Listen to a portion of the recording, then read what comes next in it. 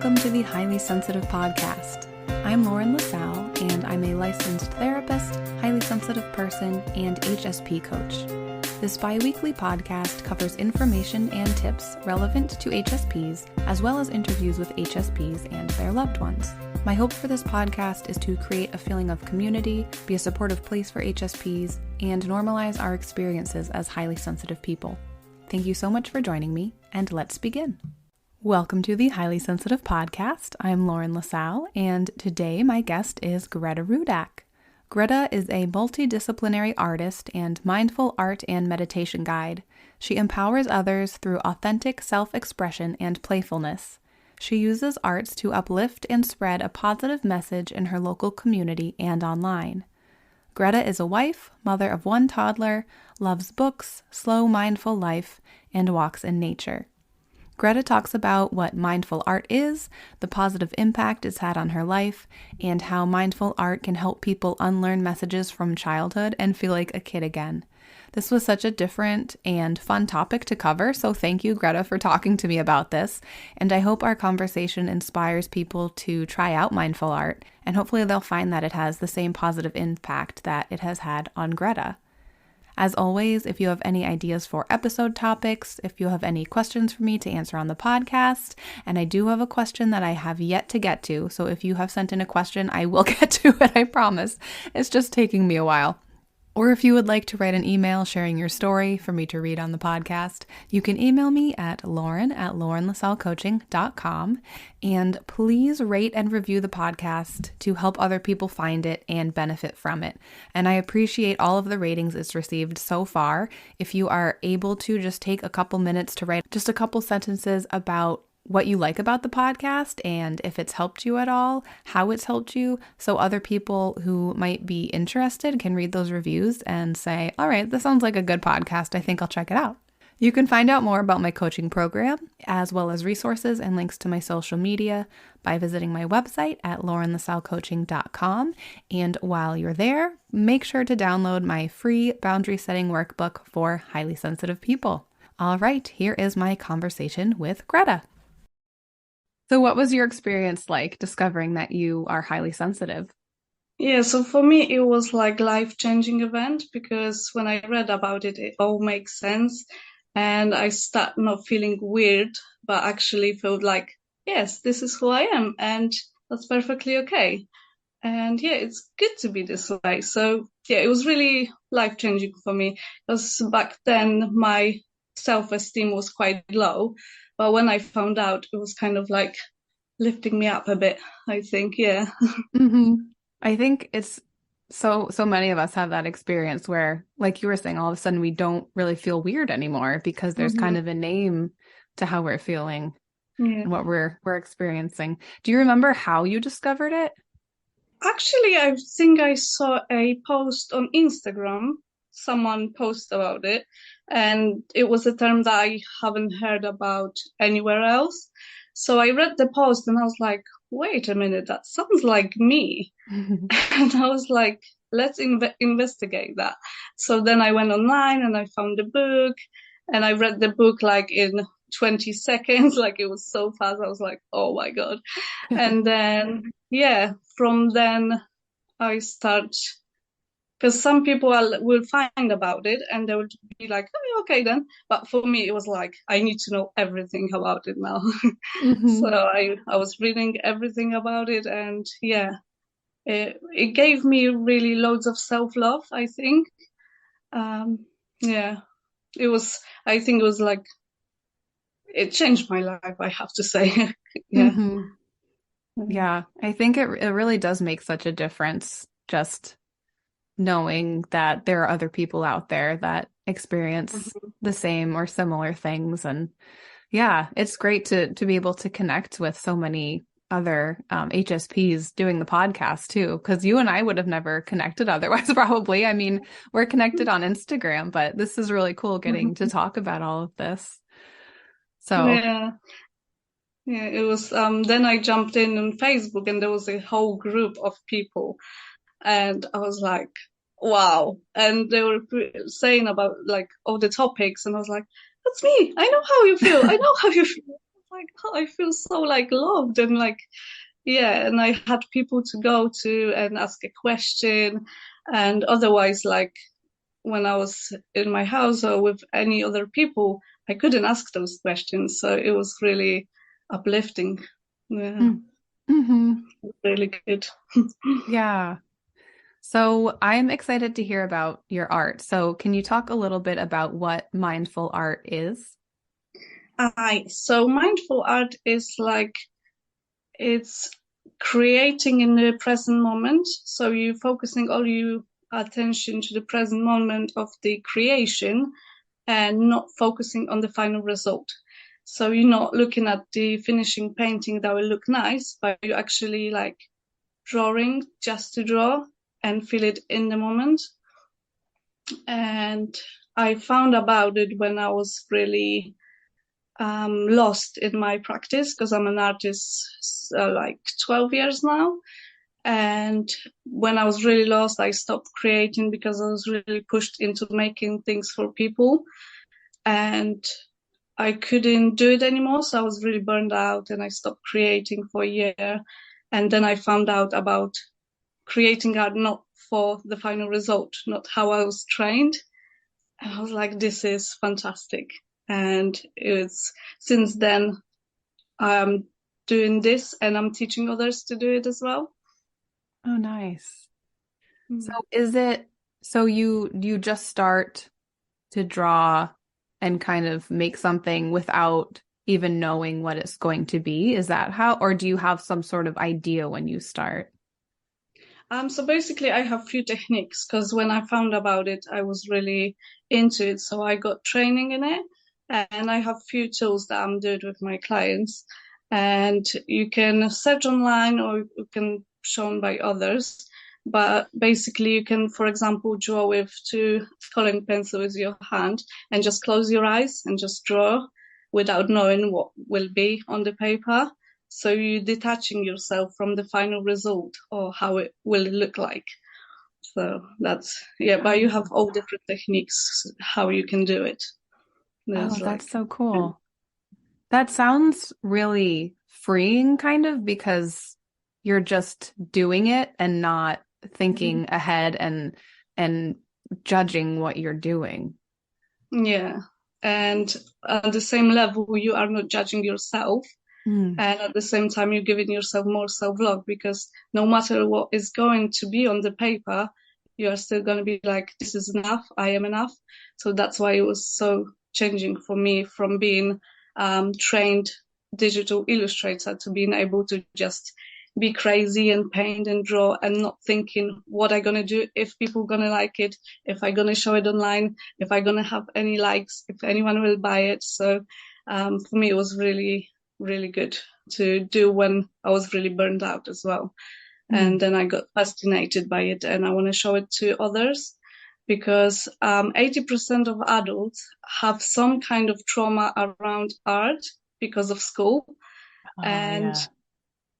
yeah, and I always have response like when I say word art, I have to really watch out in my advertising if I want to use word art because people are straight away like, I can't draw. Like straight away, they're like really offensive. Like they they have some kind of trauma, like teacher were not nice to them, they were told what to do. So I'm trying to give people this opportunity to just create and not think about anything else Mhm. because we are naturally like where kids draw, they don't care, they just do this. Right. And yeah, and then we were taught that you can't draw this, you have to draw that. And this is assignment. You can't be like creative, to be honest, when you're in school. You have to just follow the rules. So now when I give people and they start trying to do it, they're like, oh wow, I feel like a kid again. I can do whatever I want. And no one is like standing there and be like, this is not good or this is not good. So yeah, I really want to spread it out, the message of adults can benefit from making art, even for themselves, like not showing to anyone, even 5 minutes a day. It's like a meditation kind of thing as well together. So it's Mm. really good. And yeah. Oh, I love that. Yeah, I remember taking art classes in high school, and I've always been kind of a perfectionist. So like making a line, no, that's not right, erasing it, being really picky about how things look, and then thinking, yeah, I can't draw because this is not coming out how I see it in my head. So I can really Hmm. see the benefits of just doing it, and the way that you do it is good. Yeah. And yeah, and how that would really help how you view yourself too. Mm, yeah. And you not being so perfectionist as well. You're just doing it, and you can just throw it in the bin. It doesn't have to be like I keeping it or something like that. Mm. And so my role is to get adults into art again and remind them how to feel like a kid again, which is amazing. Yeah. Hmm. Oh, I Good. love that so much. Mhm. Yeah, that's awesome. So what kind of impact has creating mindful art had on you and your life? Yeah, so for me it was like I'm less I'm judging myself less because I don't have to be perfect all the time. And I can just create and feel good enough, even if it doesn't look how I wanted it or anything like that. And I can go into this meditation state, which is good for me. For example, I struggle with anxiety a lot, and when my mind is racing, sometimes it's really difficult for me to sit down in meditation. So having eyes open and still doing some movement within being in this state of meditation is really good, especially for people with struggles with anxiety. Hmm. So. I just love getting back to your kid self too. I think that's something that so many adults either forget that you can do or just don't, think, oh, well, I'm an adult, so I have to act a Mm, certain way. And it's yeah. really so much fun to get back into kind of your kid self. And I think really freeing and just fun. And I think adults need to learn how to have fun. So I'm glad you're Mhm. you're kind of helping people out with that. Yeah. And sometimes even with paint, for example, people would be like, I don't want to make a mess. Because, for Mm. example, in your household, people were, when you were a kid, they told you can't make mess, you have to be perfect, you have to like clean everything. So it's good to actually take this paint and go everywhere. And they're like, oh, I don't want to make mess. And they really like, I don't want to do it. But when they do, they like, oh, wow, this is amazing. Like, yeah, it's like a kid again. So yeah, it's really good. But the struggle that I have is to actually make adults to try. That's Mm. the to make the first step and to be like, it's okay, you are safe, come on in. So I'm making those meetings that I'm telling them it's not about the final result. It's not about how you look or how others look. Like, do whatever you want. And if you don't want to do what I told you, you can do something else. It's perfectly okay. You can rip the pages, you can throw it, you can burn it. And they're like, I don't know how to do it. And they're like, really like, oh. So yeah, I think it's really beneficial for everyone. And I think especially for highly sensitive people, because we are often told not to be this way that we are, like too much, to this, to that. So with art, they can do whatever they want. And yeah, I think it's really beneficial for us because we are drawn to art and like beauty anyway. So, and we can be a bit too much perfectionist as well. Mm. So I think it's good for us to go and play and not to be told to be anyway, but just to be ourselves. And even if someone wants to make a straight line, I'm always like, that's okay. You can make a straight line. Like you don't have to be whatever I told you to be. And but it's really, yeah, it's really difficult to get this first step in adults. So I often don't have many people in my workshops or classes because they like, I don't want to try. But I Mm. think when I'm talking about it more and more, maybe they will come in and try. Yeah. So it sounds like kind of the first step is Mm-hmm. having to unlearn all of the things that we've been told like our whole lives. Or like don't make a mess, don't Yeah. I don't know, rip it, don't rip the paper, don't do this, don't do this. And so you really have to be able to get out of your comfort zone and kind Hmm. of put those, I guess, patterns that you Hmm. learned aside to really dive in and it sounds like it's totally worth it too. Like it's a lot of fun. Yeah, it is. And yeah, I often do meditation with it as well, because then you can soften your body and you don't have to be like Phil in school, like sitting in the desk and be like, you have to do this now. Just to soften and breathe and get into yourself and then start doing something if you feel like you want to do it. If you want to sit there and just watch others do it, that's perfectly okay as well. So yeah, it's a bit of, yeah, as you said, unlearning than learning anything new. So I always call my classes and workshops like meetings, because I'm not teaching anything. I'm Mm. just inviting people to just remember how it feels like to be free again. Yeah, Yeah. it sounds really therapeutic. Yeah, but that's it's different from art therapy as well, Mm. because art therapy is like you working with a client and you ask questions and they work through some struggles and stuff. With mindful art, I'm not asking anything. They can go through different stages and stuff. I'm just there like maybe giving them safe place to be, Yeah. but no, you don't have to like told me about your traumas or anything. Just be there, do what you want, and just yeah, can chat to people, and yeah, it's Hmm. quite good. And I'm trying to Yeah. get it out there more and more and more. Hmm. So do you do this online too, or is it just in person? Right now I'm still in training. I'm doing my final certification, so I'm doing few in person. I do like free community meetings as well, because I'm trying to learn what people need and Mm. what they want. Because I do art for like 15 years now, so it's a bit different for me when I'm gonna be like, do this, and they're gonna be like, what are you on about? So yeah, I'm doing some free workshops to learn people and what they need and what they really want from it. And when I'm done with my certification, I will do some online classes as well. But I was thinking to do like subscription boxes when you get the box from me and you can join the Zoom meeting or you can work in your own time. I just gonna give you like yeah techniques and stuff, and then you can do it yourself or you can join the group or in person. So yeah, I That's a think cool idea. I'm still learning what to do with it, Mm. because I'm really fascinated by it and I love it so much. But I just need experience, really. Well, hopefully this will spread the word, and if people are interested, they'll be able to connect with you to get more information about it. So that would be cool. Yeah. Well, is there anything else that we haven't talked about yet that you wanted to make sure to bring up?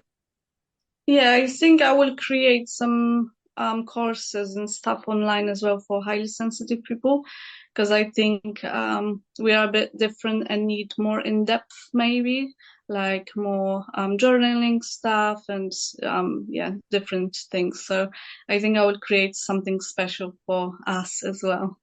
Yeah, Oh, because that was nice. really nice, because we are more in-depth, not like just to do stuff, but to have meaning. And yeah, we like to have meaning and pretty things as well, because some people would like to leave a class with something pretty to take home as well. And I understand that. That's perfectly okay. So I'm trying to, yeah, find a way to give it to everyone. Well, awesome. Well, where can people connect with you? So mostly I'm on Instagram, and that's my name and surname, Greta Rudak. And I'm on Facebook as well. That's Little Mindful Art. And yeah, that's my main platforms that you can find me. I also have free resources on my website and Instagram. So I have like little illustrated guide for self-love, and also I have one guide that will teach you not teach you to invite you to get into intuitive art as well. So that is a nice one, because I'm trying to create things that I would like to see when I started and I didn't had. So I'm trying to create that for others, and they are for free right now on my website and on Instagram and everywhere. So yeah. Oh, awesome. That's such a good idea to create what you wish you had. I love that. Yeah, I'm always thinking like what I need now. Okay, let's create it. I can't find it. Yeah. That's great. Because I was looking for classes that you can go in, you can have some snacks, you can have loads of paint and maybe like a meditation guide, and you can just walk in and do whatever you want, and I couldn't find it. So I'm trying to work and facilitate that myself, everything that I couldn't find. Well, thank you so much for being here. And I love that you brought something so different to the podcast than anyone I've had on so far. So this was awesome. Yeah. Thank you. Yeah, it's a bit different. That's why I'm struggling to get people in it. But I think if more people know about it, they will try. And even because I struggle with anxiety a lot, and I know that I wouldn't join groups like a few years ago when I was really on like high anxiety, high social anxiety as well. So I like to create something that people can try in their own time, in their own space, because I know highly sensitive people like their own spaces and not often go out and be with people. So I think they need something to try first, and then they can join the groups or the classes or anything like that. So I also do few more spots for mindful art 30-minute sessions for free, so I can practice myself and I can get people to try it for free and be like, do I like it or I don't like it. Mm-hmm. Oh, that's a good idea. Yeah, I love that about giving people the opportunity to kind of figure out what it is on their own before being around a group. That's a really good idea. Yeah, because some people can't go and be with people, and I struggle with that a lot. So yeah, but it's good to even try small groups or one-to-one and then be like more into it and see how it goes. And, yeah. Awesome. Oh, well, thank you so much. This has been great. I love learning about this. So thank you. Thank you for having me. I really appreciate it. Yeah. Thank you. Thank you so much for listening to the Highly Sensitive podcast. You can help support the show by taking a minute to rate and review it, share a favorite episode with a friend, or go to patreon.com/highlysensitivepodcast.